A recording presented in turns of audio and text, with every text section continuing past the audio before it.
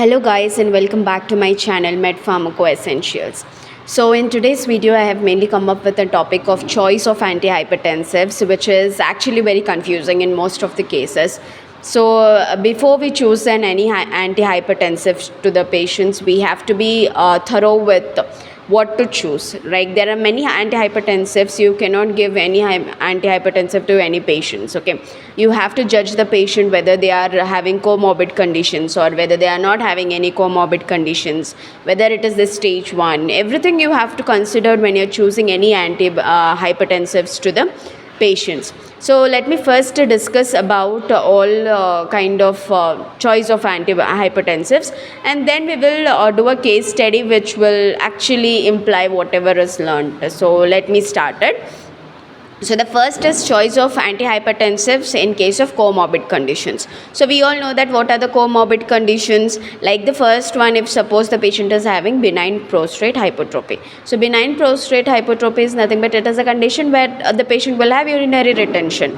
And when there is urinary retention, the best choice of antihypertensive is the alpha blockers, because it will inhibit the internal urethral sphincter and hence it will promote urination. So it is beneficial in both the cases, in both the conditions for the patients. Next is osteoporosis. Suppose if the patient is having osteoporosis along with the hypertension, so what is the best choice is the thiazide, because these thiazide diuretics, they will mainly inhibit the sodium and water retention, and hence they will decrease the blood pressure. Also along with that, they will also stimulate the increased calcium reabsorption. If there is increased calcium reabsorption, it will go and deposit in the bones, and which is very beneficial in case of osteoporosis condition. So this is the effect choice that you can do, so that the patient is benefited from both the sides. Next is if the patient is pregnant and even hypertensive. So the best choice here is the hydrolysine, alpha methyl dopa. Labetalol is also a best choice. Even nifedipine you can use, which is dihydropyridine calcium channel blocker. Next is if the patient is having COPD or asthma. In that case, what you have to do is, we don't want any leaky vessels. We have to block those beta receptors.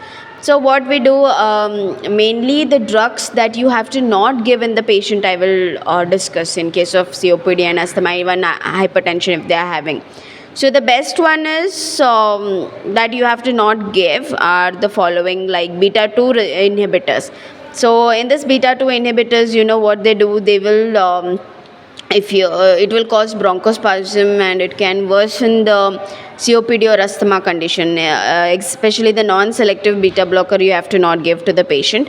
And the second thing is ACE inhibitors. Why? Because that ACE enzyme is responsible for converting bradykinin to a metabolite which is inactive. Now, if you give ACE inhibitors, the bradykinin conversion will be stopped, and there is increased concentration of bradykinin.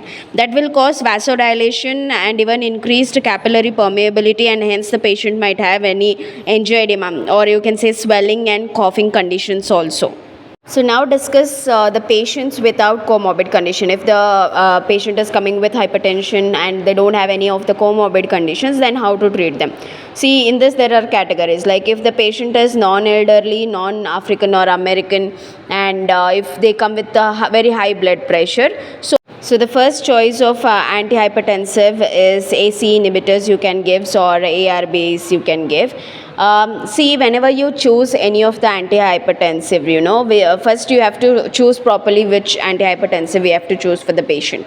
Next is, if it is not working in the normal dose, little you have to increase the dose and titrate it, so that you will manage the blood pressure of the patient.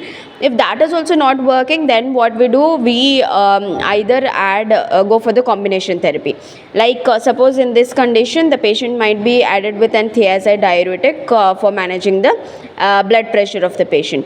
In second category, suppose if the patient is non-elderly or African or American, or they are coming with a very high blood pressure, then you can give dihydropyridine calcium channel blocker to the patient as a first line agent, and then you can add or give a combination of thiazide diuretics. Suppose in the next category, if the patient is elderly and coming with an high blood pressure, then you can go with the dihydropyridine calcium channel blocker in the patients. So here is the case of 35-year-old man who presents with a blood pressure of 150 by 95 mmHg. He has been generally healthy, is sedentary, drinks several cocktails per day, and does not smoke cigarettes. So he has a family history of hypertension, and his father has died of myocardial infarction at the age of 55. Physical examination is remarkable only for moderate obesity.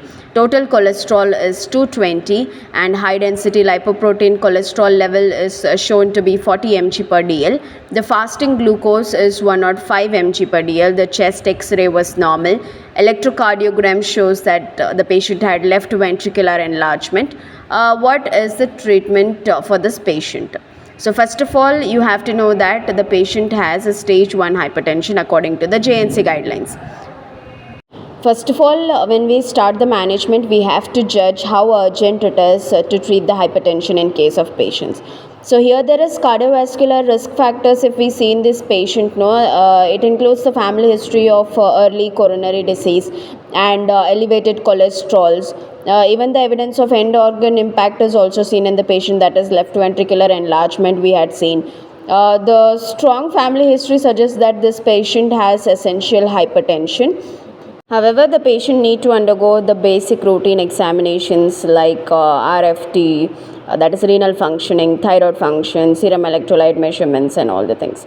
However, echocardiogram is essential to determine whether the patient has left ventricular hypertrophies secondary to any valvular or other structural heart disease or not. We have to judge it.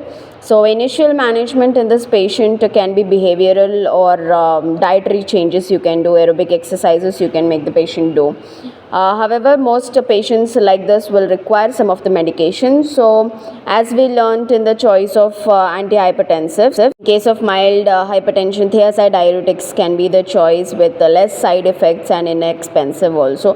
And the other first line agents that we discussed, the calcium channel blockers, dihydropyridine calcium channel blockers, angiotensin converting enzyme inhibitors. So you can give all those things as a single agent, and monthly you can assess the patient.